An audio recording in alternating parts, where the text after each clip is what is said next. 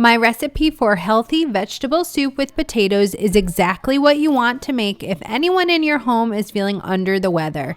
You hopefully have most of these ingredients in the fridge. If not, you should keep them in the fridge so you can make this vegetable soup whenever you need to during the fall and winter season.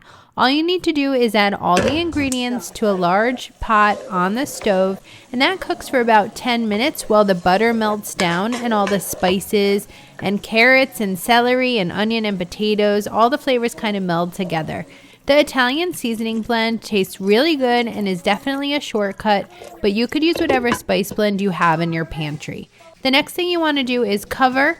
After adding some vegetable broth into the mix, you cover the pot and you let it boil. And once it comes to a boil, you bring it down to a simmer and let it cook for about 15 to 20 minutes more. I love to serve this soup with some fresh basil leaves if I have them, a lot of Parmesan cheese. Parmesan cheese is so good in soups. You really have to try it. And also chunks of soft, yummy, delicious sourdough bread or whatever bread you have on hand. Follow for more seasonal cooking recipes here at Sip Bite Go. Cheers!